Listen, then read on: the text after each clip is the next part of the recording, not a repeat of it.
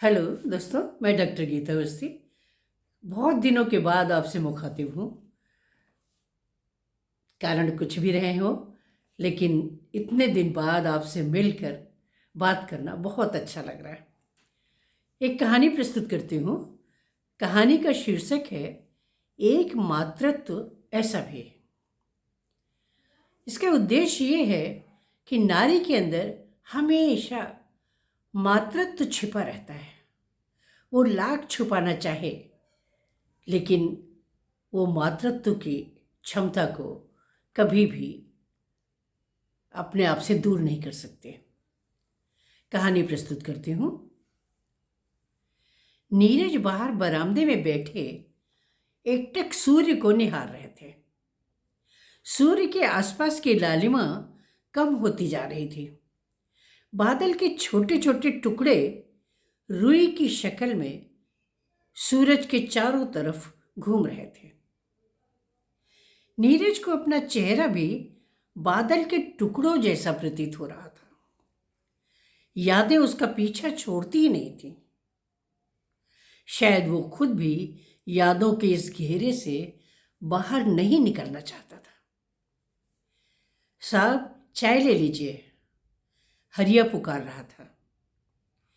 नीरज ने चाय ले ली थी। हरिया चुपचाप खड़ा था, शायद चाय का कप पकड़ने के लिए। नीरज ने चाय पीकर कप उसे पकड़ा दिया था। नीरज को रिटायर हुए 2 दिन बीते थे और इन 2 दिनों में ही वो अपने आप को बुढ़ा महसूस करने लगा था। उसका दिमाग 1 मिनट के लिए भी शांत नहीं होना चाहता था। बस सोचता चला जा रहा था। आंखों के सामने से तस्वीरें नाचती हुई निकलती जा रही थी। हरिया इस बीच शॉल उड़ा गया था, साथ ही हिदायत भी दे गया था, साहब ठंड बढ़ गई है, अंदर आ जाइए। नीरज डूबते हुए सूरज से सवाल कर रहा था कि उसकी जिंदगी का सूरज हमेशा ही डूबा सा क्यों रहा। उसने तो जिंदगी के कुछ पल ही चमकती हुई किरणों सा महसूस किया था। बस हरिया ने आकर नीरज का हाथ पकड़ा और अंदर ले आया था। साहब जी, तबीयत खराब हो जाएगी, ठंड बहुत बढ़ गई है। नीरज अंदर आकर सोफे पर यंत्रवत बैठ गया था। आंखों के सामने से यादें तस्वीरें बनकर सामने से तैरती जा रही थी। तेजस्विनी उदासी की प्रतिमूर्ति बनी सामने खड़ी थी। ऐसा लग रहा था वो न्याय की गुहार कर रही है। तेजस्विनी अच्छे पद पर कार्यरत है, उसे कोई कष्ट नहीं है, लेकिन नीरज तो उसे कष्ट ही कष्ट देता आया है। तेजस्विनी इंटर कॉलेज में वरिष्ठ व्याख्याता है, हॉस्टल की वार्डन है, सब कुछ ठीक चल रहा है। पर नीरज अपने आप को उसके सामने अपराधी महसूस करता है। जाने कितने वर्ष बीत चुके हैं इस बात को। तेजस्विनी उसकी जिंदगी बन चुकी थी। घर वाले तैयार नहीं थे, तो दोनों ने भागकर शादी करने का इरादा बनाया था। सुबह 4 बजे देहरादून एक्सप्रेस वहां से निकलती थी। नीरज ने तेजस्विनी को स्टेशन पर मिलने को कहा था। बाद में पता चला था कि तेजस्विनी तो पहुंच गई थी, मगर नीरज नहीं पहुंच पाया था। उसका इरादा बुरा नहीं था, पर हालात ही कुछ ऐसे थे कि वो कुछ कर नहीं पाया था। जैसे ही वो बैग उठाकर चलने को हुआ था, तो देखा था कि दरवाजा पकड़कर मां खड़ी थी। मां शायद उसका इरादा भांप गई थी। वे दरवाजे पर ही लेट गई थी। मां बोली थी, अगर मुझे लांग कर जा सकता है तो जा। मैं समझूंगी मैंने अपना इकलौता बेटा भी खो दिया। और वो ऐसा नहीं कर पाया था। जमीन पर पड़ा हुआ बैग उसे तेजस्विनी की हालत की याद दिला रहा था। उसने तेजस्विनी को बार बार फोन किया था, लेकिन शायद उसने नीरज के बिना ही जिंदगी गुजारने का फैसला कर लिया था।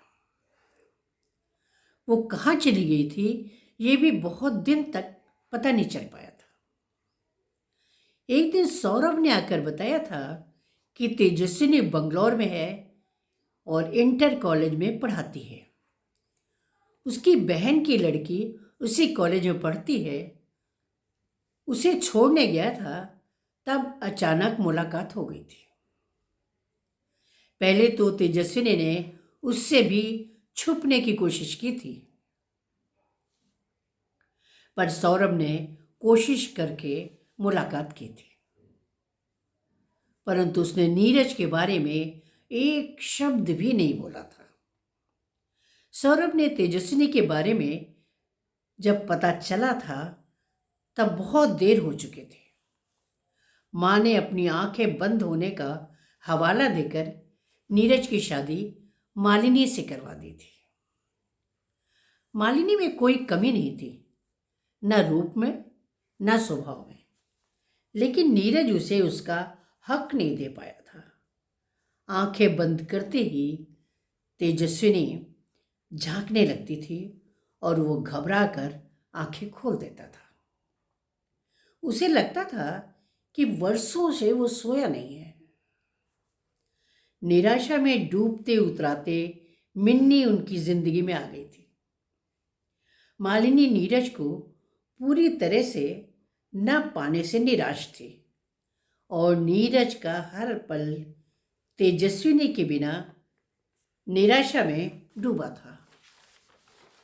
इन दोनों की निराशा का पूरा पूरा असर मिन्नी में देखा जा सकता था। मिन्नी 18 वर्ष की हो गई थी, लेकिन खुलकर कभी भी बात नहीं करती थी। बचपन में वो ऐसी थी, दूध तक स्वयं नहीं मांगती थी। खाना दे दो तो खा लेती थी, पानी पिला दो तो पी लेती थी। बच्चों के साथ खेलने का उसे कोई शौक नहीं था।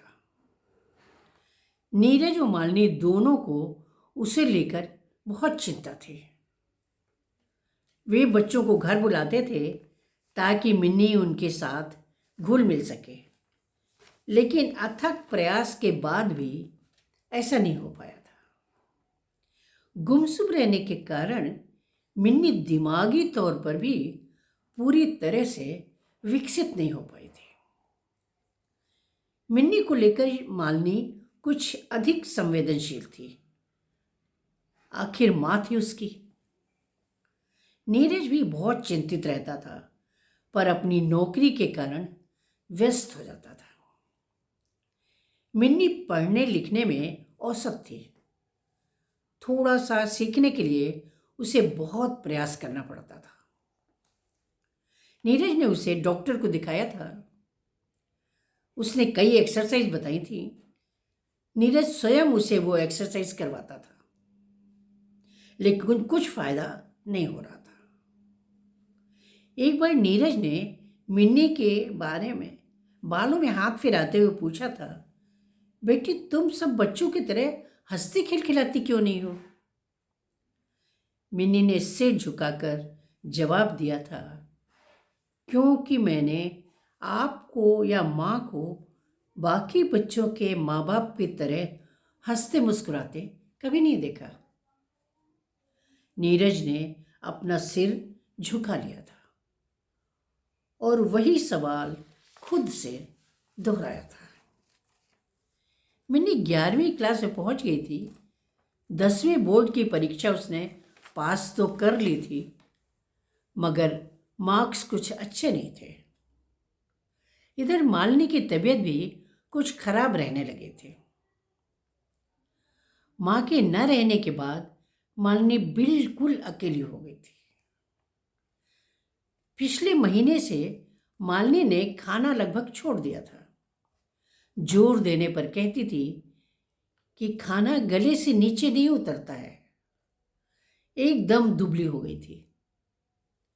छुट्टी लेकर नीरज ने उसे डॉक्टर को दिखाया था। चेकअप के बाद डॉक्टर ने गले का कैंसर बताया था। नीरज अंदर तक टूट गया था। तेजस्विनी को धोखा देने के एवज में उसे कब तक तकलीफ मिलती रहेगी। वो ईश्वर से पूछा करता था कि उसने जानबूझकर तो कुछ भी नहीं किया था, फिर उसे असहनीय तकलीफ क्यों।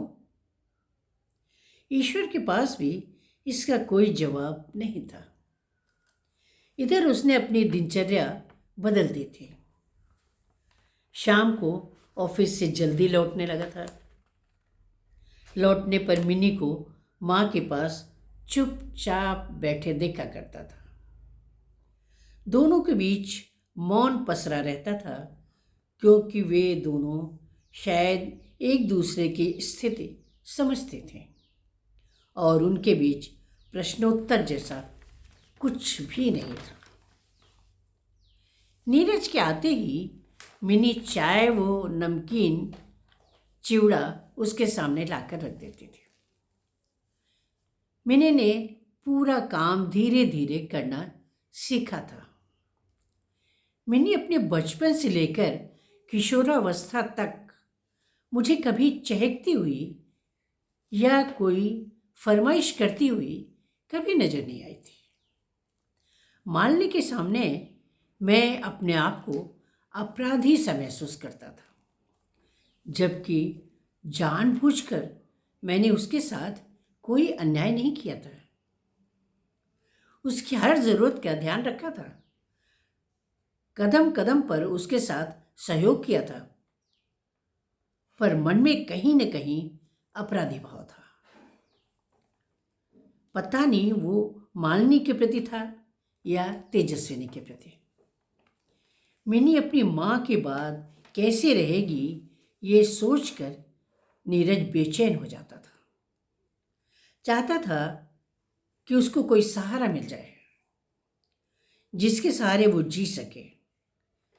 अभी शादी के लिए भी उसकी उम्र कच्ची थी, अतः उस दिशा में सोचना भी बेकार था। मन ऊहापोह में डूबा रहता था। बहुत दिनों तक सोचने के बाद नीरज ने एक फैसला ले लिया था। सुबह चाय पीते हुए नीरज ने मिन्नी से पूछा था कि डॉक्टर ने तुम्हारी माँ के बारे में जो कुछ कहा है वो तुम जानती हो, क्या तुम ये सब कुछ देख पाओगी? मिन्नी ने छूटते ही कहा था, काश मैं कहीं भाग जाती, और आंखें पोंछती हुई अंदर कमरे में चली गई थी। दूसरे दिन सवेरे नीरज ने मिन्नी से अपना सामान पैक करने को कहा था। साथ ही ये भी कहा था कि अपनी माँ को बता दे कि वो हॉस्टल में रहकर दूसरे शहर में पढ़ेगी। मिन्नी कुछ कुछ बात को समझ रही थी, पर शायद वो अपने लिए यही ठीक भी समझ रही थी। मिन्नी ने अपनी पैकिंग कर ली थी। वो माँ के पास जाकर चुपचाप खड़ी हो गई थी।